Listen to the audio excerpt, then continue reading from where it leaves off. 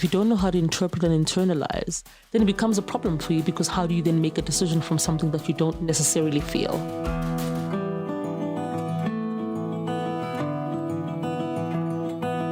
A couple of months ago, I found myself in the boardroom of a big listed entity here in South Africa. I'd been invited to sit on their digital advisory board, and in that moment, I was really regretting saying yes. It was not the most inspiring or insightful day I'd ever been a part of, until towards the end of the day, a young lady walked into the room, a lady by the name of Lerato Semenya. It just blew me away with the clarity, enthusiasm, and insight she brought to the discussion around technology, artificial intelligence, and data science in the organization. I just had to reach out to her after the session. We've since had a series of really inspiring and informative conversations, and it seemed like a natural next step to invite Lerato here onto the podcast to talk about this topic. In the show, we talk about Lerato's journey, her fascination with technology and information, and what she's learned about how and why companies take advantage of, or as it were, fail to take advantage of, technology and innovation. This is a conversation that lent itself to a part 2, so look out for another discussion with Lerato in the near future. So Lerato, super stoked that you were able to make it here this week, and I was buzzing after our lunch/brunch last week. Not just buzzing because of the hunters, I was buzzing because we had a really good chat, and I think we covered a ton of ground, right? We realized, I think we started the conversation in one place and then ended in a completely different universe, which is great. Which is great, yeah. Which is great. But I guess what I wanted to start with is hearing a little bit about some of your experiences being an advocate and an evangelist for the importance of data in big businesses, specifically as a kind of decision-making tool, and how you kind of experienced the people that I guess you were providing that service to, how they interacted with that, how they understood the importance of the work that you did. And maybe you can enlighten us a little bit about that journey. You know? So I think for me, where I'd like to start is around all the hype. Yeah. Right. So I remember the days, big data. Oh, big data. Oh, we still had the 3 Vs, and now there's a bajillion of them. We lost the Vs. That's right. So that time of big data, I mean, you had execs who would say things like, we need to buy Hadoop. Yeah. Huh? Yeah. My favorite was can we get this big data? Yeah, can we get it? Yeah. Can we use that to catapult us into the future? Because number one, the future is uncertain. And number two, we have this thing. We've got these analysts walking the floors. So let's use them. Yes. And let's use them to be able to give us this data to take us into this future. And my question was always, what is that future? So you have all of this data. If you can't interpret it into something that you can use, if you don't have people who are centered inside process, who can actually make the decisions on the daily with that data, then it's actually pretty useless. Yeah. So then we started working. I mean, I was still in the financial services at the time. Mm-hmm. We started looking at kind of the fraud analytics to say, how can we be on top of that world? Because it was costing that environment quite a lot of money just in terms of being able to pay out the claims, blah, blah, blah, and all of that. And so they're just solving a pain problem, right? This is causing us enormous pain. So we see that, but very reactive, not super proactive, right? Very reactive, but I'm happy with reactive because at least it's legitimate.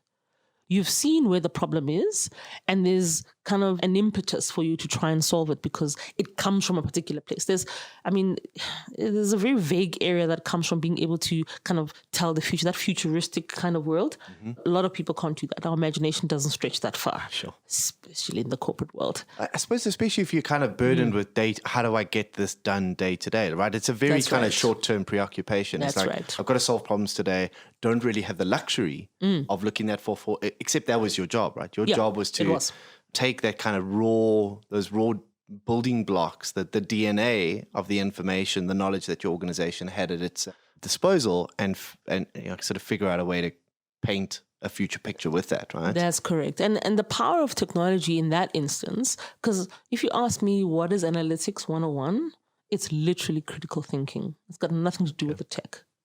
So all the tech could be in place, all the insights could be in place, all the pretty graphs could be in place.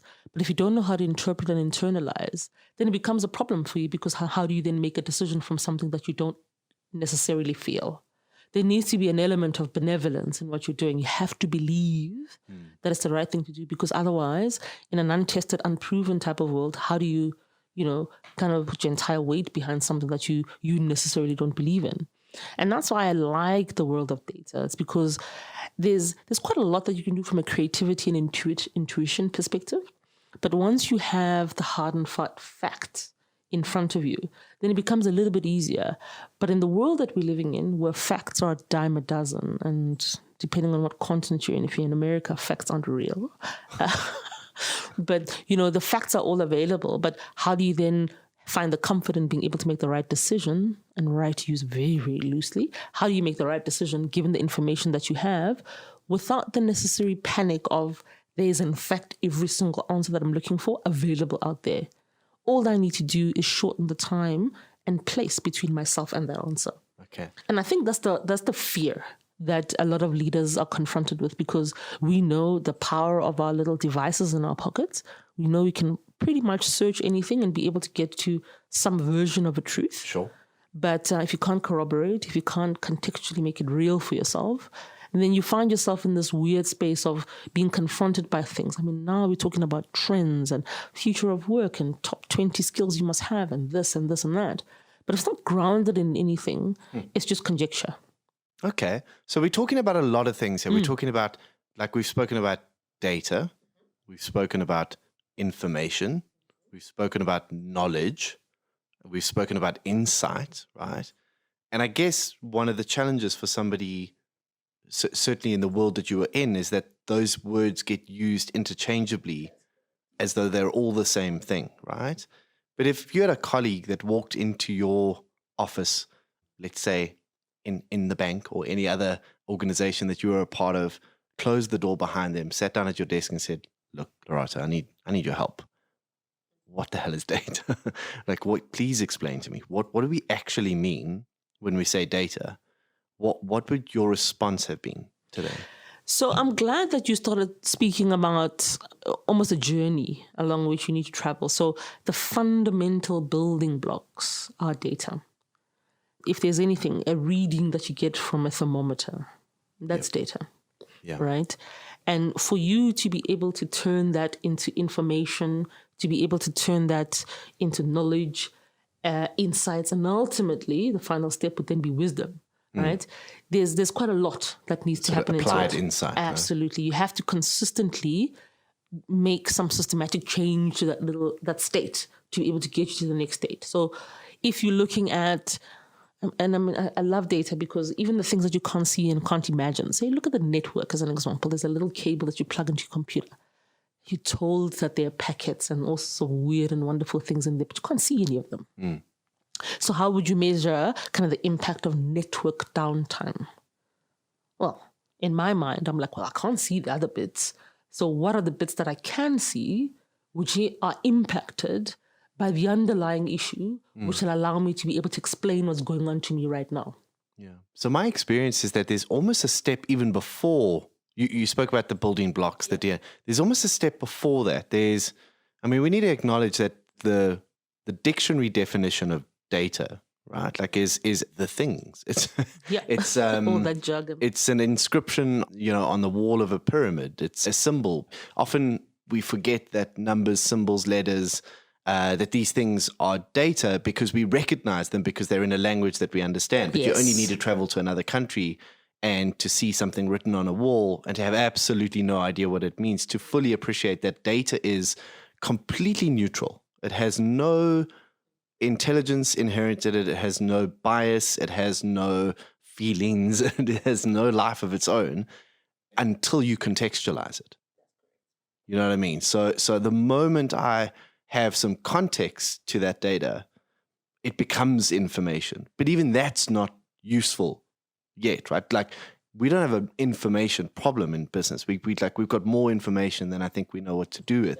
We've got a curation problem. How do we distill useless contextualized data, useless information from really useful information? So how did you do that? How did you find ways to make information more useful for people that had to make for your own decision making, but for the people around you that had to make better decisions? So this is the marriage of kind of art and science. From a context perspective, that helps, because if you are moving from a world that's highly reactive, it becomes easy because your problem is known.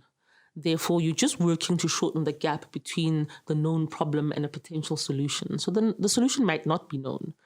Now, what we try to do, both myself and I guess some of the more technical people, what we try to do was to try create instances where a certain truth could exist. So if we were doing the fraud analytics, we were trying to say, if you are using an ID number to identify me, what other thing is necessary within kind of you committing a fraud? Either way, I'd have to find you to be able to give you kind of that fraudulent payout, which means at some point a contact number needs to be real. I don't know whether that's because I watch a lot of TV, so I've got some sleuthing built into my mind. But certainly we were trying to apply ourselves outside of the space that we weren't necessarily trained in. So the value of kind of a secondary story became quite important, because we weren't fully entrenched in kind of the areas of the bank that we were involved in. But certainly it allows us to be able to use our naivety to our benefit. If I'm asking a question, I'm asking genuinely because I don't know. And therein might be our solution. I'm not asking because I'm trying to test you. And if you're willing to be brave enough to explore those paths with me, then we find ourselves in a place. But really, that's where I'm talking about the art component. I don't necessarily know the answers, but my richness comes from the creative questioning. Yeah, there's a deeply creative part of that, which maybe we underestimate or undervalue. I think so. That's why today we talk about storytelling being quite as important as it is, because once I've consumed all of that data, I've turned it into information, etc., how do I then create the stories for you who potentially doesn't see the creativity in it to be able to journey manage you? How do I show you that there's an interrelatedness between certain issues? How do I then move you from where you are to potentially where I want you to be, given that that might not be the final place that we end up at? Isn't there a problem of bias in that, though? And I think, we spoke a little bit about that. And, it's actually quite, I love the analogy that you used of kind of sleuthing or detecting a solution, right? Because I guess, I'm not a detective.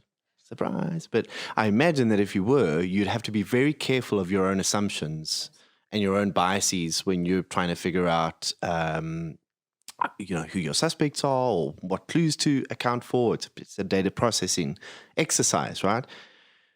I guess information can be used in one of two ways, either to kind of inform your decision making or to reinforce your ideas.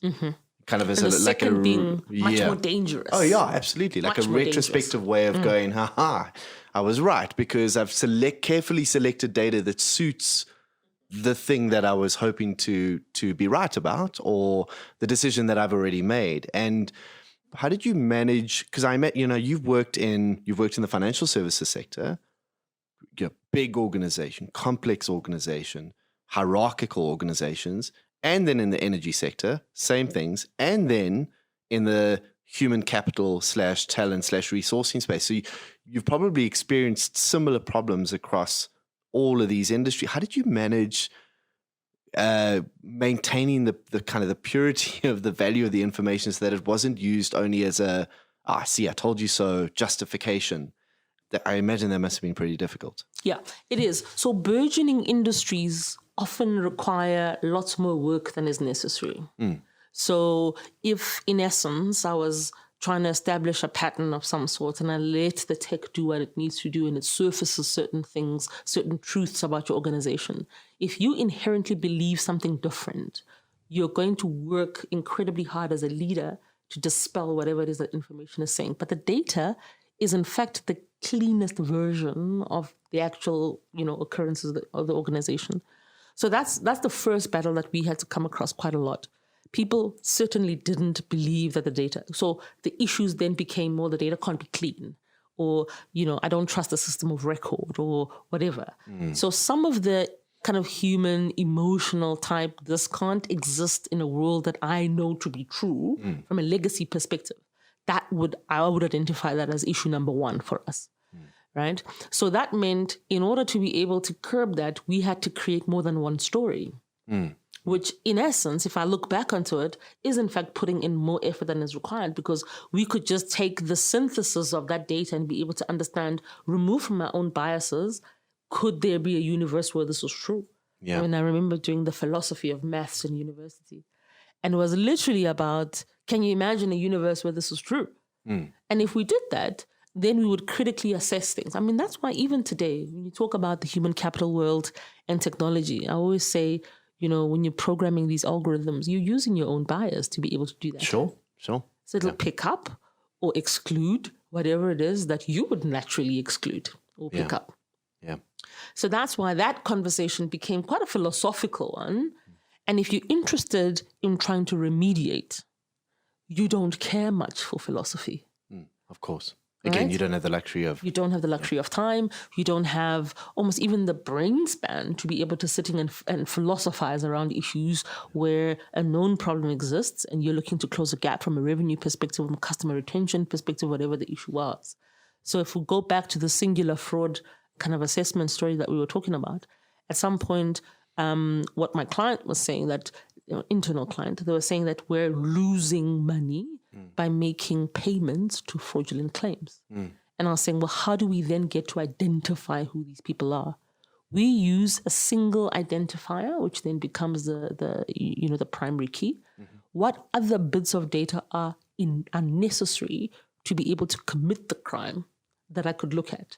And also, I need to be sensitive then to not build in the exception into the rule to make it difficult for you and I, who aren't criminals, I hope, to be able to do business with the bank without then being subjected to all this other kind of rigor, of course, in terms of being able to do business. And that's the kind of the weird space, the paradox in which you find yourself in, to be able to say, how do I solve for this particular X, which I can internalize right now? But given that I've not been everything to everyone, potentially there's some stuff that I'm losing out on simply because I don't have the context. Yeah. But then you have to surrender the ego that says I know it all. Yeah.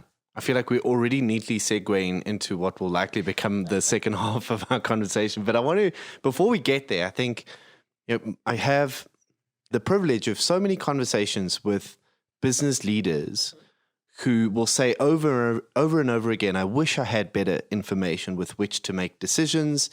And I think there is an understanding that there's two parts to the problem there. One is a technology part, right? Like, how do I assimilate, organize, store, secure, and distribute data more effectively, right? So that's the technology problem.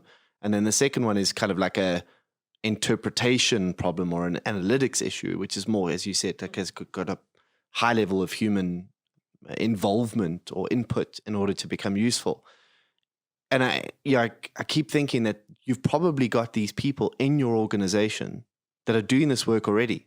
Individuals that are extremely talented, insightful, have thought this through, but maybe there is some barrier within the organization or some cultural element that prevents that kind of information from getting to their desks, right? What would your advice be to business leaders who have probably these very talented people in their organizations, but are not, how would you want them to treat data evangelists, data advocates, data specialists and scientists in their organization differently in order to get better information out of the proverbial pipe? Yeah. So for me, I guess the biggest challenge is that when we think about innovation and thinking and being able to transport ourselves into a future, we like to think of invention being equal to innovation. It's not the case. I mean, if that was the case, then I would never, have that attribute, attributed to me. But certainly it's about being able to look at the operating context that we're in and kind of what would take us into this imagined future that we have, because it's all aspirational, right? All visions, all et cetera, they're all aspirational. Now, if we remove the vilification of failure from environments, it'll allow us to be able to be much more enthusiastic about trying things that haven't been done before. I always say that in my environment, if you do something that's tried and tested and you succeed, well, we knew it was going to work, But if you try something that's never been done before and you fail, we're having pizza and beers. You have the pizza, I'll have the beers.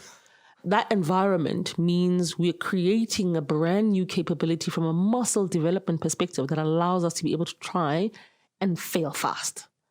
Fail forward has some of the stuff that, other people say, that when you find yourself in a situation where you have data turn into information and you then make a decision based on that, you must then feel protected. I don't want you to introduce to me 4 or 5 years down the line to say, oh no, Mike's the guy that tanked whatever product 5 years ago. If that's the case, then you're never going to be able to develop that muscle that says, let me try, fail if I must. But if I do, I'm going to document exactly what it is that I did so that we don't end up in that space again. So the second thing would probably be around sponsorship. And it doesn't necessarily need to sit at exec levels because the implementation of process doesn't happen at exec levels. Sure. So if there's insights to be found and acted upon, they need to be firmly rooted in process. Yeah. So if there's no process that we can execute this thing in, then you're always acting out of process. Therefore, if it fails, one of the first questions of performance management that you get asked is, did you follow the process? Yes, of course. Yeah. Right. Yeah.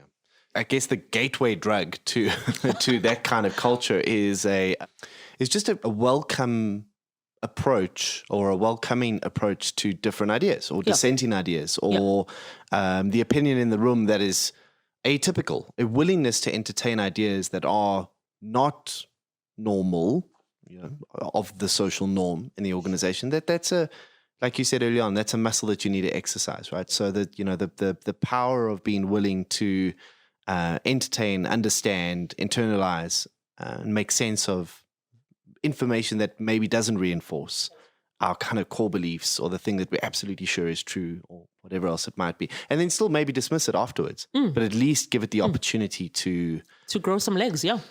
So you have such authority and kind of experience and credibility in this space. I mean, what was the beginning of your fascination with data? Like, where did that journey begin for you? Was it like somebody came at a university open day and said, data scientists are the future? And you were like, yay.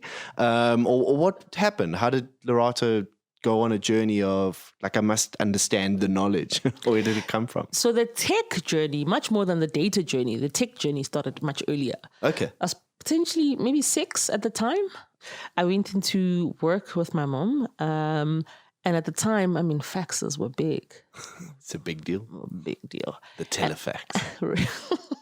And I really was okay with typed text. But now paint a picture for us. Where's your mom working? My mom works in the unions. She works at an NGO, and what they focus on is workers' rights around, gender equality and those kind of things. And she was in that same civil space then, right? She was. Oh, okay. So 6-year-old Lerato is going to work with mom, this kind of deeply conscious environment, That's right? And probably impacted just by that, right? That That's space right. and that presence. And then, okay, so back to the fax. That's right. So I'm okay with typed faxes, right? So I'm okay with typed letters coming out of this thing because obviously there's something on the other side that's creating them and they're coming out on my side, no problem.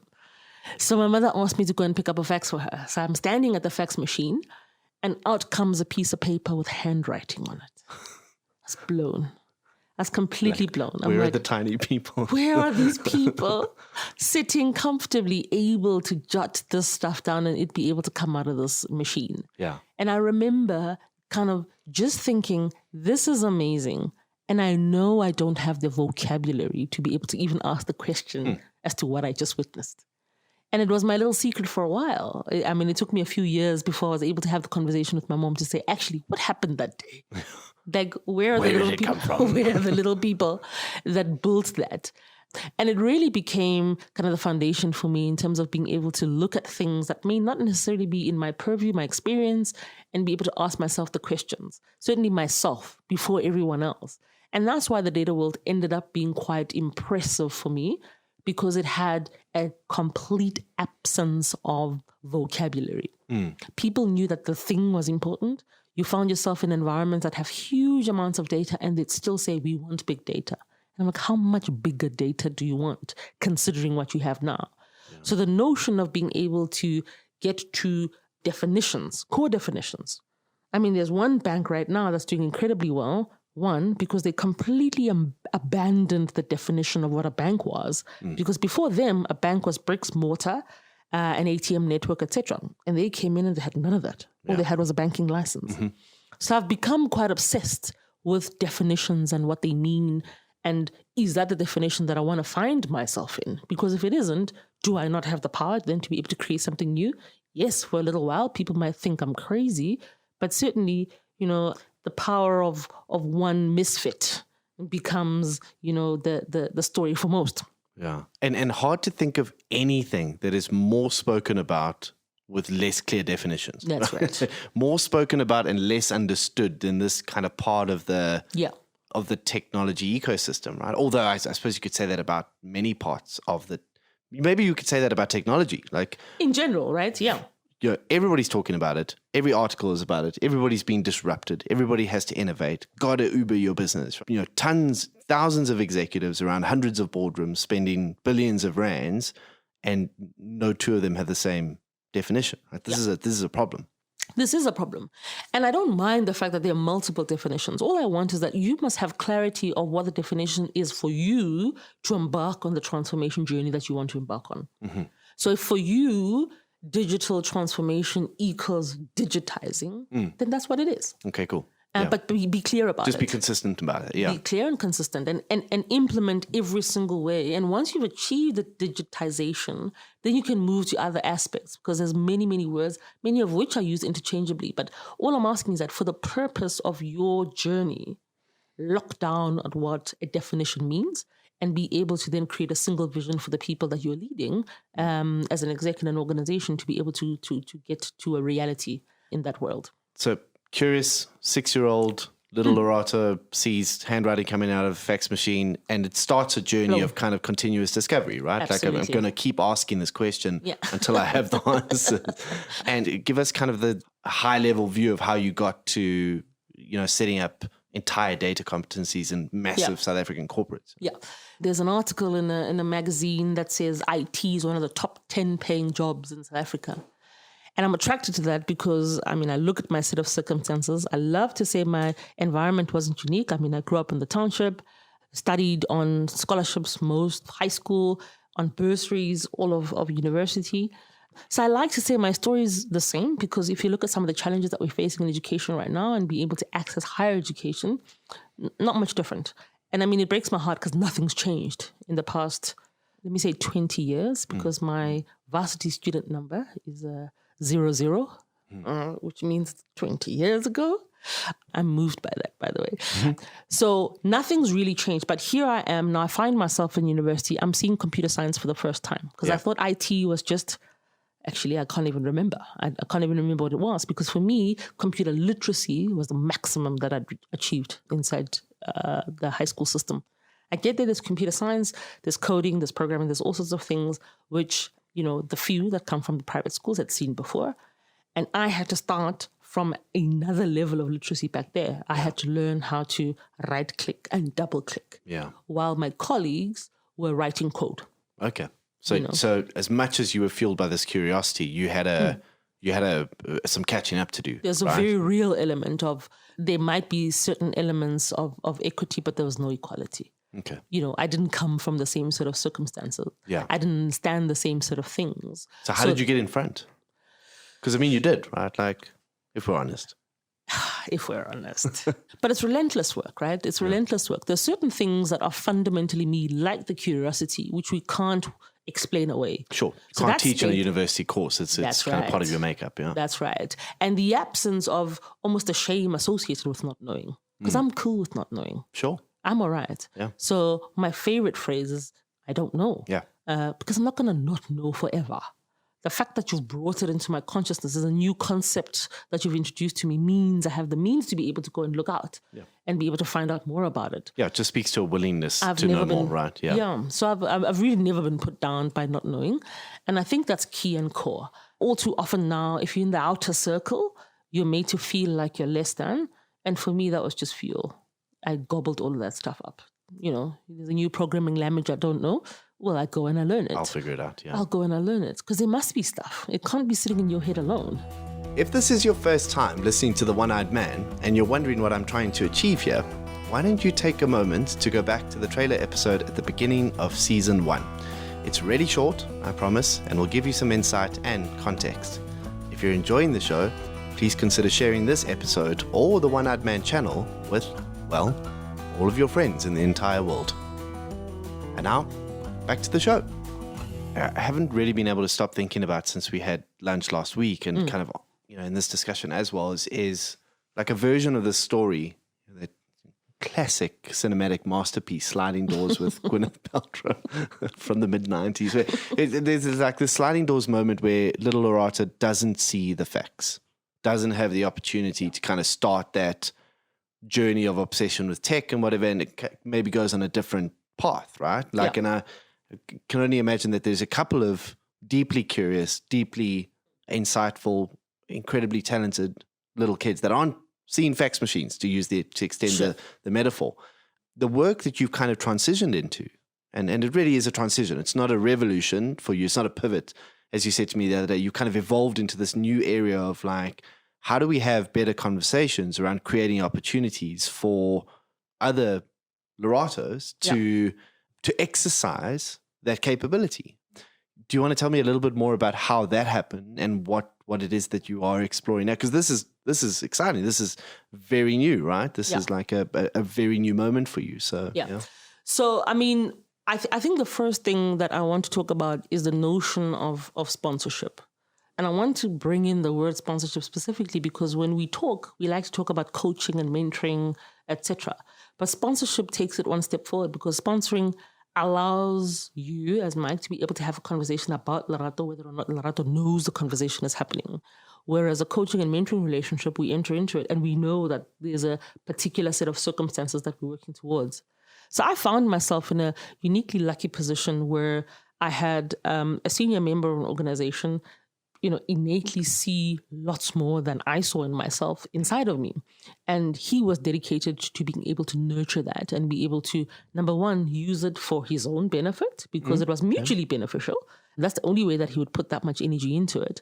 But certainly he became genuinely interested in what he kept on learning about me. So not a case of charity, kind of a symbiotic, Absolutely. You and I can benefit from this together, right? Absolutely. Being quite clear about those intentions. Absolutely. And okay. Absolutely. So at any given point in time, he was very clear what he was getting from the relationship. And certainly from my part, I was then seeing live, in action, what, bravery looks like. Because I'm asking myself the question, why would he even take a chance on me? But that's because he used a muscle that he probably worked hard to develop of being able to make a decision without having all the facts available. Sure. So he spots the talent, he spots the creativity, and he realizes that to be able to achieve his own strategic objectives, because he was the leader of an organization, that's the kind of stuff that he needed to do. But the relationship has to be mutually beneficial, like you've just identified. And we continued to work it. So the evolution was that we started from kind of the governance-related world of IT, being able to figure out if, these are the objectives that you want to achieve. How do you close the gap between where you are and where you need to be? And then, of course, the world of data started coming across. And at the time, all the hype was BI. We're talking about dashboards. That's it, right? So we probably made full circle. But that 9 a.m. dashboard was everything. Everyone was asking themselves, what are the 5 things you need to have in your dash? 5 things. Really? 5 things. Without considering the maturity of the organization, you want to limit it to just 5 things? I'd be nervous. If only it was 5 things. I'd be nervous. So, we had that conversation around, well, what are the 5 things? Put in a dashboard. Every morning I look at the dashboard and I decide what to panic about. Dashboards are great. And those things remain the same while the operating context is the same. What I really enjoyed about data is the stuff that lives and dies within moments. So here's a problem today. I look for the data that either corroborates or dispels the myth. And once that's done, I need to retire that. That doesn't sit on a dashboard. Because at the time, it was quite expensive to produce dashboards, not like it is today. So to effect an entire 9 a.m. dashboard was a mission. So we were machining these things in good old trusty steeds like Excel to be able to build the pretty pictures and be able to show something. And once the decision was made, and that could potentially pivot the business, right? And then, so that taught me sometimes hard work gets you to a particular point, changes your trajectory, and there's no need to measure the thing again. Now, what's the next new thing? Because the 9 a.m. dashboard remains the same with those 5 magical things that tell you whether to panic or not. So this is the journey that I was quite lucky with my then mentor, who's still my mentor today, to have a conversation about, to say, well, you needed this information yesterday. You made a decision. You changed the course of the business. Yeah. Now that decision doesn't need to be made anymore. Yeah. I mean, do I go back to bed or do I find a new thing to keep myself entertained with? Yeah. And thankfully, he was very clear in his own mind. And whether that wisdom was innate or it came over time as well, it's a question that remains open.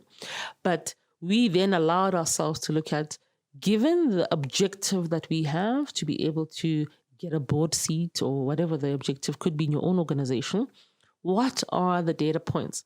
Whether they exist or not is another element of wisdom. If you're looking, and earlier on I mentioned, temperature that comes from a thermometer. Could that be information that you could use in the provision of your services to your customers? Well, if you're a bank and it hails and storms and all sorts of things and nobody can get out to the ATMs, of course that makes sense. Sure. So ingesting weather data to be able to see when we're going to have adverse weather certainly impacts on certain lines of your business. So when you look at that, do you then call that still non-traditional data? No, it isn't. All you've done is you've expanded your view on some of the data that you could need currently, but also what data could you need in the future that you're probably not collecting right now. And that's where you need to spend all your rands and cents in being able to build your capability to take you into that future. I'm aware of our time, so I want to make sure I talk about this, because this topic I'm really fascinated by the discussion that you introduce around the benefit of the relationship with your mate, because there is this kind of unspoken stigma or assumption around the idea of transformation, even if we're just talking about personal transformation or transformational leadership, or never mind the kind of compliance-based conversation around transformation, is that for you to do okay, I have to lose something. Like I've got to give something away for you. And you're kind of giving a really compelling example of actually we both can win if we're sort of explicit and open about our intentions and we play open cards with each other. There are more ways for us to win together than to kind of lose apart. Am I hearing you right? Or am I trying to write a movie script for this thing? Romanticize. No, you're hearing me right. If you are lighting a candle from my lit candle, my light doesn't have to dim for yours to shine. No, it sounds like a cat poster. I do love that. No, but it's because this is the narrative, right? The narrative is that like for things to change, somebody's got to lose, right? Like someone has to. That's right. And maybe what we're hearing is that there's less of a, I have to give all of this up for you to do well reality. Look, obviously, we have to acknowledge that if we are in, circumstances play a role in that, right? If we're in an expanding economy, if we're in a situation where the business that we're in is doing well, it's easier to find those solutions. It's a little bit harder when we're all feeling under pressure and like the pie is shrinking, right? But unfortunately, when the pie is shrinking, that's the greatest avenue for creativity. True. Because we're actually vying for mutual survival. Yeah. But you're absolutely right. So when we're doing incredibly well, it's nice and easy to introduce concepts like diversity and inclusion, which is what I've made my life's work right now. And for me, diversity and inclusion is not race, it's not gender. It is those things, but not just those things. The things that bind us are much stronger than the things that differentiate each other from each other. So it's important that we get to those open and honest conversations, which a lot of the time will, there'll be the naivety that comes with non-exposure. If you've never worked with a particular type of person before, as soon as you come across the type of person, the first thing that comes across may be a sense of, self-preservation, because you have no idea who the person is and how they'd react. But certainly once you get over that hurdle, you may start to realize, actually, this is the missing ingredient that, I've needed for this recipe of mine to be able to work. In the corporate world, a large chunk of executives think of diversity and inclusion as something fluffy, number one. Sure. Number two, we've been having this conversation for 20 plus years, so surely we're there now. Yeah. No, we're not, because we're not making enough strides. I mean, there was a joke at the Oscars the other day that however many years ago, there was no black people there. And now in 2020, there was one black person. Progress. Oh, yes, this one.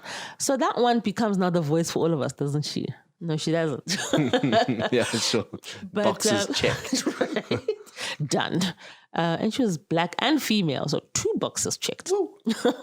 But really, for me, diversity is around being able to build a team that will allow you to see absolutely every facet of what your customer and your market are looking after. So don't do it because, you're a nice guy. Do it because the most diverse organizations right now are doing 21% better at the revenue line. One, they can spot the issues, they can see the opportunities, they can see the potential pitfalls, and you don't end up being, exposed to fines and all sorts of things like that for being insensitive. So, don't do this because you're a nice person. Yes, you might be a nice person, but let that be the cherry on top.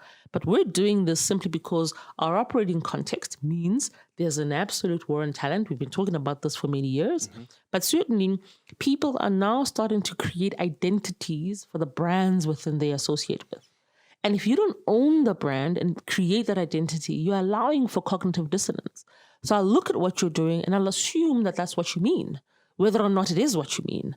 So let's take hold of the messaging in those environments and be able to say diversity and inclusion means I'm creating spaces which are safe psychologically before everything else. Because in South Africa right now... where we can do our best thinking, right? Right. Fairly logical conclusion. You can't be creative when you're nervous. In South Africa right now, we're faced with massive retrenchments and all sorts of things. That is a unifier much more than race and gender and sexual orientation. Yeah. So I'm particularly passionate about, Black women in the LGBTI community, simply because those are all the boxes that I tick. Yeah. So for me, the story is much more real. So I can come across stronger and much more authentic because it's based on a lived experience.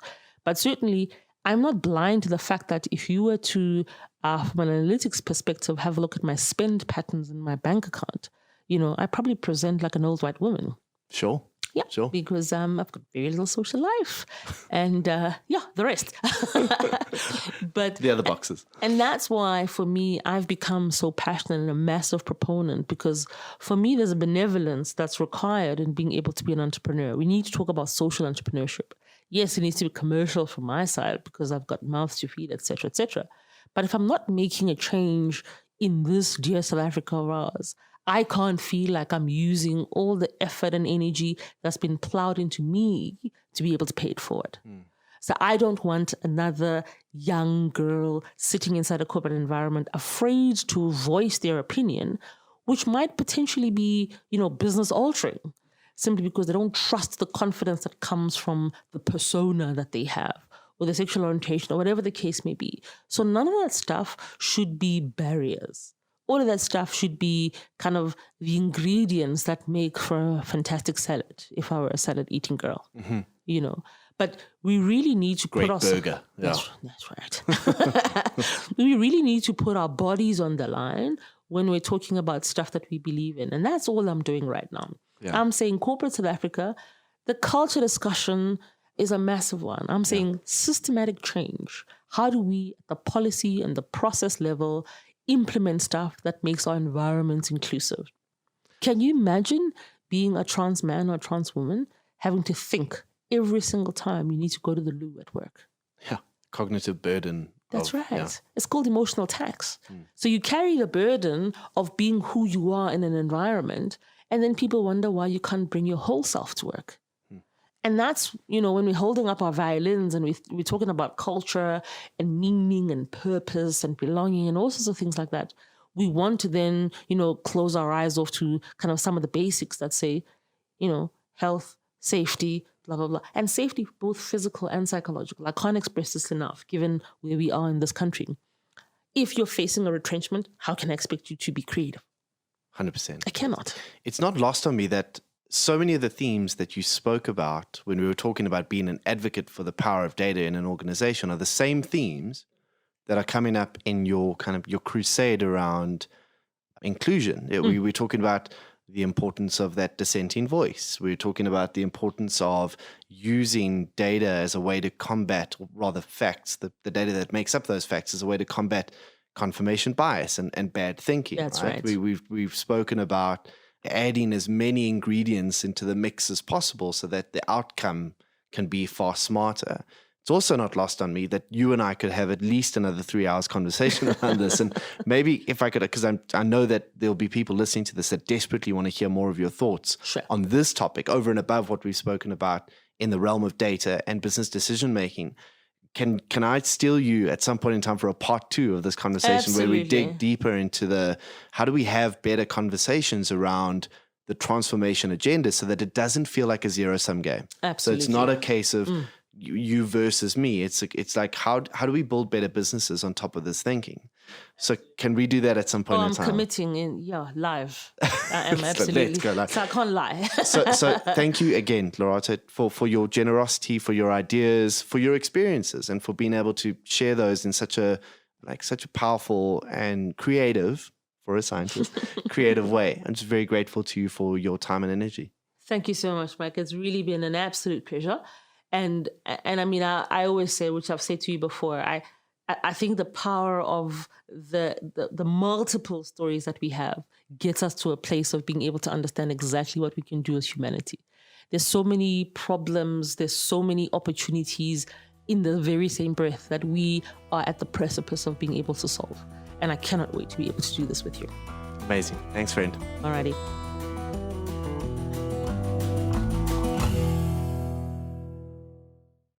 You've been listening to the One-Eyed Man podcast. I'm Mike Stopforth, an entrepreneur, writer, and public speaker, deeply curious about discovering better ways to lead and better ways to live in an increasingly complex world. I find the best source of these ideas is the experience and wisdom of interesting people who are taking unconventional approaches to solving the world's most compelling problems. If you'd like to hear from someone I haven't yet spoken to, visit mikestopforth.com. Click on the podcast link and send through your suggestions. A big thanks to the Solid Gold Podcast Studios in Johannesburg, South Africa for making this production possible.